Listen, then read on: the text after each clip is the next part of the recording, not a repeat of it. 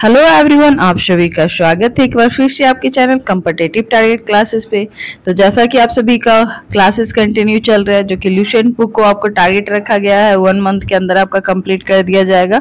तो क्लास 5 तक तो आपके कंप्लीट हो चुके हैं। आज क्लास 6 की बारी है। क्लास 6 में आप लोग जानोगे मौर्य उत्तर और गुप्त पूर्व काल के बारे में, जिसका समय यदि बताया जाए तो 185 ईसा पूर्व से लेकर 319 ईसा पूर्व ईस्वी तक के सारे क्वेश्चन आप लोग जानोगे इस क्लास में। इसके साथ साथ ही अभी तो ल्यूसेंट का कवर कराया जा रहा है। नेक्स्ट ल्यूसेंट खत्म कंप्लीट करने के बाद आपका घटना चक्र बुक करवाया जाएगा। तो ये सारे क्लासेस कंटिन्यू करो, क्योंकि सारे क्वेश्चन यहीं से आते हैं। यदि जीके जीएस अपना स्ट्रॉन्ग करना है तो जरूर सारे क्लास कंटिन्यू करो और क्लास के लास्ट तक जरूर बने हो रहो। तो वीडियो के लास्ट तक बने हुए रहना। आज बहुत सारे इंपॉर्टेंट क्वेश्चन पे चर्चा चलेगी और ये सारे क्वेश्चन प्रीवियस ईयर क्वेश्चन है। तो क्वेश्चन नंबर फर्स्ट की ओर चलते हैं। अंतिम मौर्य सम्राट बृहद्रथ की हत्या पर सुंग वंश की स्थापना 185 ईस्वी पूर्व में की है। किसने की है? तो इसका राइट आंसर पुष्यमित्र ने। अंतिम मौर्य सम्राट बृहद्रथ की हत्या कर पुष्यमित्र ने सुंग वंश की स्थापना 185 ईस्वी पूर्व में किया है। नेक्स्ट क्वेश्चन, पुष्यमित्र शुंग मौर्य सम्राट बृहद्रथ की राजकीय सेना किस पद पर आसीन था? पुष्यमित्र शुंग मौर्य सम्राट बृहद्रथ की राजकीय सेना पर किस पद पर आसीन था? तो इसका राइट आंसर हो जाएगा सेनापति, option number A. Next question, Kanva वंश के संस्थापक कौन है? कन्नव वंश के संस्थापक की बात किया जाए तो वासुदेव, और ये क्वेश्चन काफी बार पूछा जा चुका है। कन्नव वंश के संस्थापक कौन है? तो Vasudev. Next question, question number 4, Satavahana या आंध्र सातवाहन वंश के संस्थापक कौन है? आपसे सातवाहन भी पूछ सकता है या आंध्र सातवाहन भी पूछ सकता है, लेकिन दोनों का आंसर सेम ही हो जाएगा। इसका राइट आंसर हो जाएगा सिमुक। सातवाहन वंश के संस्थापक सिमुक थे। नेक्स्ट क्वेश्चन, क्वेश्चन नंबर 5, सातवाहनों ने पहले स्थानीय अधिकारियों के रूप में काम किया था। इसका राइट आंसर हो जाएगा ऑप्शन नंबर बी, मौर्य के अधीन। सातवाहनों ने पहले मौर्य के अधीन स्थानीय अधिकारियों के रूप में काम किया था। क्वेश्चन नंबर 6, निम्नलिखित में से वह महानतम कुषाण नेता कौन था जो बौद्ध बन गया था? वो महानतम कुषाण नेता कौन था जो बौद्ध बन गया था? तो इसका right answer option number C हो जाएगा, कनिष्क। कनिष्क बौद्ध धर्म अपना लिया था। क्वेश्चन नंबर 7, कुषाण काल के दौरान मूर्तिकला की गंधार शैली निम्नलिखित में से किसका मिश्रण है? कुषाण काल के दौरान मूर्तिकला की गंधार शैली निम्नलिखित में से किसका मिश्रण है? तो इसका right answer option number D हो जाएगा, भारत ग्रीक शैली। भारत ग्रीक शैली। क्वेश्चन नंबर 8 की ओर चलते हैं, जो कि काफी बार पूछा जाने वाला क्वेश्चन है कि कनिष्क की राजधानी कहाँ है? तो कनिष्क की राजधानी के बारे में बात किया जाए तो कनिष्क की राजधानी पुरुषपुर है। नेक्स्ट क्वेश्चन, पुरुषपुर निम्नलिखित में से किसका दूसरा नाम है? पुरुषपुर की इसका दूसरा नाम है तो पेशावर का।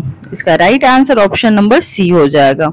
क्वेश्चन नंबर 10, चरक किसके राज चिकित्सक थे? तो चरक किसके राज चिकित्सक थे? तो कनिष्क के थे। ये भी क्वेश्चन बहुत बार पूछा जा चुका है कि चरक कनिष्क के राज चिकित्सक थे। क्वेश्चन नंबर 11, तक्षशिला के प्रसिद्ध स्थल होने का कारण था। तक्षशिला के प्रसिद्ध स्थल होने का कारण गंधार कला था। तो इसका right answer option number C हो जाएगा। क्वेश्चन नंबर 12, भारत में सर्वप्रथम स्वर्ण मुद्राएं किसने चलाई? भारत में बात किया जा रहा है स्वर्ण मुद्रा चलाने का, तो इंडो बैक्ट्रियन ने। और ये क्वेश्चन बहुत बार पूछा जा चुका है। इंडो बैक्ट्रियन, ये इंपॉर्टेंट क्वेश्चन भी आपको हो सकता है ये क्वेश्चन आने वाले एग्जाम में आपको कई बार देखने को मिले। नेक्स्ट क्वेश्चन, क्वेश्चन नंबर 13, किस संग्रहालय में कुषाण कालीन मूर्तियों का संग्रह अधिक मात्रा में हुआ? किस संग्रहालय में कुषाण कालीन मूर्तियों का संग्रह अधिक मात्रा में किया गया? तो मथुरा संग्रहालय। इसका राइट आंसर ऑप्शन नंबर ए हो जाएगा। क्वेश्चन नंबर 14, निम्नलिखित में से सोने का सर्वाधिक शुद्ध सिक्के जारी किए। यहाँ बात किया जा रहा है शुद्ध सिक्के, वहां पे बात किया जा रहा है सोने का, तो इंडो बैक्ट्रियन हो जाएगा। लेकिन जैसे ही शुद्ध लग जाए तो इसका राइट आंसर ऑप्शन नंबर ए हो जाएगा, कुषाणों ने शुद्ध सिक्के, सोने के शुद्ध सिक्के जारी किए। नेक्स्ट है सातवाहनों, तो सातवाहन से सातवाहन से सीसा हो जाएगा। सातवाहनों के समय मुद्रा सर्वाधिक किस धातु के बने होते थे? तो सीसा। क्वेश्चन नंबर 16, निम्नलिखित में से कनिष्क के समकालीन कौन थे? कनिष्क के समकालीन की बात किया जाए तो नागार्जुन, अश्वघोष और वसुमित्र। तो इसका right answer option number B हो जाएगा। क्वेश्चन नंबर 17, किस वंश के शासकों ने ब्राह्मणों एवं बौद्ध भिक्षुओं को कर्म मुक्त भूमि या गांव भूमि अनुदान देने की प्रथा आरंभ की थी? किस वंश के शासक ब्राह्मण और बौद्ध भिक्षुओं को भूमि अनुदान देने की प्रथा स्टार्ट किया था? तो इसका राइट आंसर हो जाएगा सातवाहन, जहां पे सीसक के सिक्के चलाए गए थे। क्वेश्चन नंबर 18, भारतीय रंगमंच में यवनिका पर्दा का शुभारंभ किसने किया था? ये भी क्वेश्चन बहुत अच्छा क्वेश्चन है, तो यूनानियों ने। इसका राइट आंसर यवनिका, य से यवनिका, य से यूनानी, ऐसे करके याद करो, बहुत दिन तक ये क्वेश्चन याद रहेंगे। तो यवनिका मतलब कि पर्दा का शुभारंभ किसने किया था? यूनानियों ने। क्वेश्चन नंबर 19, क्वेश्चन नंबर 19 में कि भारत के महान रेशम मार्ग किसने प्रारंभ किया था? तो ये आई थिंक सबको पता होगा, रेशम मार्ग के बारे में क्वेश्चन पूछा जाएगा किसने किया था? तो इसका राइट आंसर कनिष्क। और ये सारे देखो एसएससी लेवल पे, रेलवे पे, जीसी पे, मतलब कि बहुत सारे एग्जाम में ऐसे क्वेश्चन पूछे जाते हैं, चाहे वो बीपीएससी हो, यूपीपीसीएस हो, बहुत सारे अदर स्टेट एग्जाम में भी यही सारे क्वेश्चन का सामना करना पड़ेगा। तो सारे क्लासेस कंटिन्यू रखो और क्लास के लास्ट तक बने हुए रहो, आपको बहुत ज्यादा फायदा होगा। क्वेश्चन नंबर 20, निम्नलिखित में से किसने बड़े पैमाने पर स्वर्ण मुद्राएं चलाई थी? निम्नलिखित में से किसने बड़े पैमाने पर स्वर्ण मुद्राएं चलाई थी? तो इसका right answer option number C हो जाएगा, कुषाण शासकों ने। 20 का सी, कुषाण शासकों ने बड़े पैमाने पर स्वर्ण मुद्राएं चलाई थी। क्वेश्चन नंबर 21, चरक और नागार्जुन किसके दरबार की शोभा थे? बात किया जा रहा है क्वेश्चन नंबर 21 में चरक और नागार्जुन की कि किसके दरबार की शोभा थे? तो इसका राइट आंसर कनिष्क हो जाएगा, ऑप्शन नंबर ए। क्वेश्चन नंबर 22, शक संवत का प्रारंभ किस सम्राट के शासन काल में 78 ईस्वी में हुआ था? तो 78 ईस्वी में शक संवत का प्रारंभ किया गया था, लेकिन यहाँ पे पूछा जा रहा है उस समय सम्राट कौन था, किसका शासन काल था? तो इसका right answer option number B हो जाएगा, कनिष्क। क्वेश्चन नंबर 23, तक्षशिला विश्वविद्यालय स्थित है? तक्षशिला विश्वविद्यालय स्थित है की बात किया जाए तो ये पाकिस्तान में स्थित है। कहाँ स्थित है? पाकिस्तान में। क्वेश्चन नंबर 24, प्राचीन काल में कलिंग का महान शासक कौन था? प्राचीन काल में कलिंग के महान शासक के बारे में बात किया जाए तो कौन था? तो 24 का राइट आंसर हो जाएगा खारवेल, कलिंग का खारवेल। क्वेश्चन नंबर 25, कुषाण काल में सबसे अधिक किस क्षेत्र में हुआ था? कुषाण काल में सबसे अधिक विकास किस क्षेत्र में हुआ? विकास की बात किया जाए तो वास्तुकला। क्वेश्चन नंबर 26, सातवाहनों के आरंभिक दिनों में शासन कहाँ शुरू हुआ था? सातवाहन का शासन आरंभिक दिनों में कहाँ स्टार्ट हुआ था? तो आंध्र। इसका right answer option number D, Andhra में। आंध्र प्रदेश भी बोल सकते हो। क्वेश्चन नंबर 27, सातवाहन राज्य की राजधानी कहाँ थी? बात किया जा रहा है सातवाहन राज्य की राजधानी के बारे में, तो इसका राइट आंसर हो जाएगा प्रतिष्ठान या पैटर्न, ऑप्शन नंबर 20 का राइट आंसर है। क्वेश्चन नंबर 28 के बारे में चर्चा करेंगे, निम्नलिखित में से कौन सा अभिलेख कलिंग नरेश खारवेल से संबंधित है? तो इसका राइट आंसर हाथी गुम्फा हो जाएगा। कलिंग नरेश खारवेल से संबंधित हाथी गुम्फा अभिलेख है। क्वेश्चन नंबर 29, किस सातवाहन नरेश ने गथा सप्तशती नामक महत्वपूर्ण कृति की रचना की? तो यहाँ पे गथा सप्तशती भी आपसे पूछा जा सकता है, तो इसका राइट आंसर हो जाएगा हाल। हाल फिलहाल से नहीं, लेकिन हाल से याद कर लो, हाल सातवाहन नरेश ने गथा सप्तशती नामक महत्वपूर्ण कृति की रचना की। क्वेश्चन नंबर 30, सातवाहन शासकों की राजकीय भाषा क्या थी? उनकी भाषा क्या थी? तो उनकी भाषा प्राकृत थी। तो क्वेश्चन नंबर 30 का right answer option number B हो जाएगा। अब बताओ प्राकृत और किसका भाषा था? तो महावीर का था। पाली पूछा जाएगा तो बौद्ध का था, लेकिन यहाँ पे सातवाहन की पूछी गई है। क्वेश्चन नंबर 31 की ओर चलते कि निम्नलिखित राजवंशों पर विचार करें, मतलब कि इनका काला मतलब कौन सा वंश पहले आया, कौन से उसके बाद आया, ऐसे इसका क्रम बताना है, काल का क्रम। तो इसका काल का क्रम आप ईस्वी जानोगे तो आसानी से निकल जाएगा। तो इसका राइट आंसर हो जाएगा, सबसे पहले तो शुंग आया, शुंग के बाद सातवाहन आया, सातवाहन के बाद गुप्त आया, फिर चोल आया। तो इसका right answer option number D हो जाएगा। 31 का right answer D. Question number 32, 32 की ओर चलते कि मौर्य साम्राज्य के ध्वंस के पश्चात कई आक्रमणों की श्रृंखला रही। ठीक, भारत में सबसे पहले आक्रमण किसने किया? यदि भारत में सबसे पहले आक्रमण किया जाने के बाद किया जाए, वो भी मौर्य साम्राज्य के ध्वंस के बाद, तो इसका राइट आंसर बैक्ट्रियन या ग्रीक हो जाएगा। ये क्वेश्चन काफी बार पूछा गया, बहुत अच्छा क्वेश्चन है, तो याद कर लेना आप लोग। क्वेश्चन नंबर 33, आपको शासक और उसकी उपाधि से बताना है कि किसको कौन सी उपाधियां मिले। लेकिन यहाँ पे आपके क्वेश्चन 4 है, लेकिन ऑप्शन आपको मिलान करने वाला 5 दिया हुआ है, तो आपको डरना नहीं है। जो आप कंफर्म हो पहले उसको टिक कर लो। यदि उसको टिक कर लोगे तो आपका ऐसे ही सारे क्वेश्चन बन जाएंगे। तो मैं यहाँ पे आपको सबसे इजी से मैं बताना चाहूंगी कि यदि अशोक के बारे में आपको पता होगा कि प्रियदर्शी बोला जाता है। ये तो क्वेश्चन हो गया, तो मतलब कि यहाँ पे क्वेश्चन को आप छांटना स्टार्ट कर दो। तो ऑप्शन नंबर ए तो कभी भी नहीं हो सकता, सी भी नहीं हो सकता। आपको थोड़ा सा डाउट होगा बी और डी में, तो बी और डी का क्लियर कर लेते। कनिष्क के बारे में यदि बात किया जाए, कनिष्क को देवपुत्र कहा जाता था, दोनों में 4 है। वहीं खारवेल की ओर आते, खारवेल को क्या बोला था? तो कलिंग चक्रवर्ती। फिर से 2 और 4 में टक्कर चल रहा हुआ है। बात किया जाए कुमारगुप्त को विक्रमादित्य बोला, कुमारगुप्त को महेंद्रादित्य बोला जाता था। तो इसका right answer option number D हो जाएगा, क्योंकि यहाँ पे इसके सारे आंसर सही है। नेक्स्ट क्वेश्चन 34 नंबर क्वेश्चन, वहां पे आपका शक संवत था, यहाँ पे आपका विक्रम संवत है। तो विक्रम संवत का यदि काल पूछा जाए, जैसे ही विक्रम आ जाए तो इसका काल भी आपके चेंज हो जाएंगे। ऑप्शन नंबर बी इसका राइट आंसर हो जाएगा 58 ईसा पूर्व, और ये शक का था। क्वेश्चन नंबर देखो यहाँ पे तो सबका क्लियर भी हो जाएगा।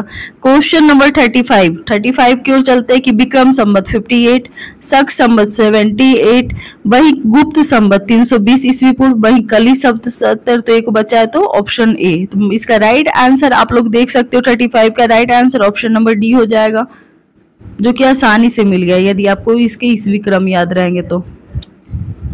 नेक्स्ट क्वेश्चन नंबर 36 में बोला जा रहा है कि मौर्य के बाद दक्षिण भारत में सबसे प्रभावशील राज्य कौन था। मौर्य के बाद की बात किया जा रहा है, तो ये मैंने हसीनम शक ऐसे करके आपको ट्रिक भी बताया था, तो इसका राइट आंसर शातवाहन हो जाएगा।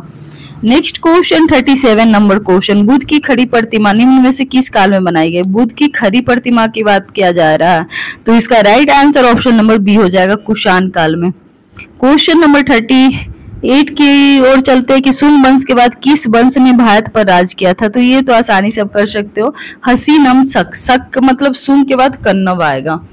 नेक्स्ट क्वेश्चन, किस चीनी जनरल ने कनिष्क को हराया था। ये भी क्वेश्चन बहुत बार पूछा जा चुका है, किस चीनी जनरल ने कनिष्क को हराया था। तो 39 का राइट आंसर पेन चाओ, जी हाँ पेन से याद कर लो, पेन चाओ। क्वेश्चन नंबर 40, उत्तरी तथा उत्तरी पश्चिमी भारत में सर्वाधिक संख्या में तांबे के सिक्के की जारी किया था। तांबे के सिक्के के बारे में बात किया जा रहा है, तो किसने सारा जारी किया था। तो यहाँ पे राइट आंसर हो जाएगा ऑप्शन नंबर बी, कुषाणों ने। क्वेश्चन नंबर 42 की ओर क्वेश्चन नंबर 41 की ओर चलते हैं। 41 में है, कुषाण फारस की खाड़ी और लाल सागर से होकर व्यापार करते थे, बिल्कुल सही है। उनकी सुसंगठित नौसेना उच्च कोटि की थी, बिल्कुल नहीं। तो इसका right answer option number C हो जाएगा। क्वेश्चन नंबर 42, जो कला शैली भारत और ग्रीक यूनानी शैली के सम्मिश्रण है उसको क्या कहा जाता है। जो कला शैली भारत और ग्रीक यूनानी शैली के सम्मिश्रण है, तो उस शैली को क्या कहा जाता है। तो इसका राइट आंसर हो जाएगा वेश्यर। क्वेश्चन नंबर 43, कनिष्क बौद्ध धर्म की किस शाखा का अनुयायी था जिसका प्रसार उसने मध्य एशिया सुदूर पूर्व में किया था। 43 का right answer option number C हो जाएगा, महायान। कनिष्क बौद्ध धर्म की किस शाखा का अनुयायी था जिसका प्रसार उसने मध्य एशिया व सुदूर पूर्व में किया था। तो महायान। 43 का right answer option number C. 44 की ओर चलते हैं। कनिष्क के शासन काल में सर्वाधिक महत्वपूर्ण घटना कौन सी थी। बात किया जा रहा है घटना का था, चतुर्थ बौद्ध संगीत थी। इसका right answer option number C हो जाएगा। 45 की ओर चलते। 45 नंबर क्वेश्चन में, प्राचीन भारत का महान व्याकरण पतंजलि किसका समकालीन था। पतंजलि किसके समकालीन था। तो इसका राइट आंसर पुष्यमित्र शुंग हो जाएगा, option number D right answer हो जाएगा। क्वेश्चन नंबर 46 के बारे में चलते हैं। 46 सर्वप्रथम भारत में विशुद्ध संस्कृत भाषा में लंबा अभिलेख किस राजा द्वारा जारी किया गया था। ये क्वेश्चन काफी ज्यादा अच्छा क्वेश्चन है कि संस्कृत भाषा में लंबा अभिलेख किस राजा द्वारा जारी किया गया था, वो भी भारत में सर्वप्रथम। जिसका राइट आंसर शक राजा रुद्रदमन द्वारा। 47 की ओर चलते। 47 नंबर क्वेश्चन में है कि किस राजा के शासनकाल में ईसाई धर्म प्रचारक सेंट थॉमस भारत आया था, या फिर सेंट थॉमस यात्री किसके शासनकाल में भारत आया था। ये भी क्वेश्चन आपसे किया जा सकता है। तो इसका right answer option number C हो जाएगा, गोंदोरफिंसन के। क्वेश्चन नंबर 48, किस कुषाण शासक ने सर्वप्रथम स्वर्ण मुद्राएं जारी किया था। किस कुषाण शासक ने सर्वप्रथम स्वर्ण मुद्राएं जारी किए थे। तो इसका ऑप्शन बी राइट आंसर हो जाएगा, कड़फिसेस ने सर्वप्रथम स्वर्ण मुद्राएं जारी किया था। और ये क्वेश्चन काफी ज्यादा यूनिक क्वेश्चन है और अच्छा क्वेश्चन है। क्वेश्चन नंबर 49, किस वंश के शासकों ने क्षत्रप प्रणाली का प्रयोग किया था। क्षत्रप प्रणाली की बात किया जा रहा है तो किसने प्रयोग किया था। तो इसका right answer option number D हो जाएगा, क्षत्रप मतलब कि शकों ने। क्वेश्चन नंबर 50, त्रातार या मुक्तिदाता की उपाधि किस वंश के शासकों ने धारण किया था। त्रातार या मुक्तिदाता की उपाधि की बात किया जा रहा है तो शक वंश के शासकों ने धारण किया था। क्वेश्चन नंबर 51 की ओर चलते हैं। 51, प्राचीन काल में के भारत पर आक्रमणों के संबंध का सही क्रम क्या है। तो यूनानी, शक, Kushan. Option A right answer हो जाएगा, यूशक से आप लोग याद कर सकते हो। ट्रिक तो बहुत सारा है लेकिन आपको क्लास कंटिन्यू करना होगा तो सारे ट्रिक आपको समझ में आ जाएंगे। भारत में प्रथम बार सैनिक शासन व्यवहार में लाया गया था। सैनिक शासन व्यवहार में लाया गया था तो इसका राइट आंसर ऑप्शन नंबर ए हो जाएगा, ग्रीकों द्वारा। क्वेश्चन नंबर 53, ईसा पूर्व दूसरी सदी के प्रारंभ में उत्तरी अफगानिस्तान में स्थापित भारतीय यूनानी राज्य था। तो इसका राइट आंसर हो जाएगा ऑप्शन नंबर ए, बैक्ट्रिया। ईसा पूर्व दूसरी सदी के प्रारंभ में उत्तरी अफगानिस्तान में स्थापित भारतीय यूनानी राज्य बैक्ट्रिया थी। क्वेश्चन नंबर 54, 4 धातुएं सोना, चांदी, तांबा, सीसा में बनने वाले सिक्कों को क्या कहा जाता है। तो कारसारपन इसका राइट आंसर। और ये बहुत अच्छा क्वेश्चन है, कारसारपन कहा जाता था जो 4 धातुओं से बना हो रहता है। तो option number D right answer हो जाएगा। क्वेश्चन नंबर 55, सर्वप्रथम रोम के साथ किन लोगों का व्यापार प्रारंभ हुआ था। सर्वप्रथम रोम के साथ किन लोगों का व्यापार प्रारंभ हुआ था। तो इसका right answer option number B हो जाएगा, तमिल और चेरो का। नेक्स्ट क्वेश्चन की ओर चलते हैं। क्वेश्चन नंबर 56 में है मौर्योत्तर कालीन प्रमुख बंदरगाहों में कौन असत्य है, मतलब मौर्योत्तर कालीन बंदरगाह में नहीं आते। तो 56 का पहले देख लेते हैं। बैरिकम आता है, अरिकामेडु आता है, बेरीगाज आता है, जबकि कोचीन नहीं आता है। तो इसका right answer option number D हो जाएगा। नेक्स्ट क्वेश्चन काफी अच्छा क्वेश्चन है। निम्न में से किस स्थान को Periplus of the Erythraean Sea में पोडोकू नाम से जाना जाता है, पोडुके नाम से जाना जाता है। तो 57 का right answer option number B हो जाएगा, अरिकामेडु। और ये क्वेश्चन बहुत बार पूछा जा चुका। नेक्स्ट क्वेश्चन नंबर 58, मौर्य उत्तर काल में किसने भारत में हिंद यूनानी राज्य की स्थापना किया था। यहाँ पे भारत में हिंद यूनानी राज्य की स्थापना की बात किया जा रहा है। तो इसका राइट आंसर हो जाएगा, डेमेट्रियस। ये भी क्वेश्चन बहुत इंपॉर्टेंट है कि मौर्य उत्तर काल में डेमेट्रियस ने भारत में हिंद यूनानी राज्य की स्थापना किया था। 59 नंबर क्वेश्चन में आता है, निम्न में से किसने अपने जीवन के उत्तरार्ध में अपने पुत्रों के हाथों में राज्य सत्ता सौंपकर बौद्ध भिक्षु हो गया था। तो 59 का right answer option number C हो जाएगा, मिनांडर ने अपने जीवन के उत्तरार्ध में अपने पुत्रों के हाथों में राज्य सत्ता सौंपकर बौद्ध भिक्षु हो गया था। क्वेश्चन नंबर 60 की ओर चलते हैं कि कुषाणों का संबंध था। कुषाणों का संबंध चीन के यूची जनजाति से था। कहां से था? चीन की यूची जनजाति से था। क्वेश्चन नंबर 61, निम्नलिखित में से कौन कनिष्क के बौद्ध होने के लिए उत्तरदायी था। निम्नलिखित में से कौन बौद्ध होने के लिए उत्तरदायी था। तो 61 का राइट आंसर अशोक घोष हो जाएगा, अशोक घोष। नेक्स्ट क्वेश्चन फिर से मिलाने वाला क्वेश्चन है जो कि मोस्ट फेवरेट क्वेश्चन है। आपको 1 से 2 क्वेश्चन मिलकर आपके राइट आंसर यहाँ पे हो जाते हैं। तो यहाँ पे इंडोक्री का संबंध हिंदी वंश से, शक का सिथियन से, पार्थव का पल्लव से। तो ये तो आसानी से मिल गया। तो इसका राइट आंसर ऑप्शन नंबर ए हो जाएगा। 63 नंबर क्वेश्चन 63 की ओर चलते हैं। सुंग की राजधानी कहाँ थी? तो विदिशा। चेदी का कलिंग, सातवाहन का प्रतिष्ठान या पैठन, कुषाण का पुरुषपुर या पेशावर। फिर से इसका राइट आंसर ऑप्शन नंबर ए हो जाएगा। नेक्स्ट क्वेश्चन नंबर 64, रोमन साम्राज्य के अनुसरण पर किस वंश के शासकों ने कैसर कैसर या सीजर की उपाधि ग्रहण किया था? कैसर या सीजर की उपाधि, जो कि आपको बहुत कम स्टूडेंट इसके बारे में जानते होंगे, तो इसका right answer option number C हो जाएगा, कुषाण।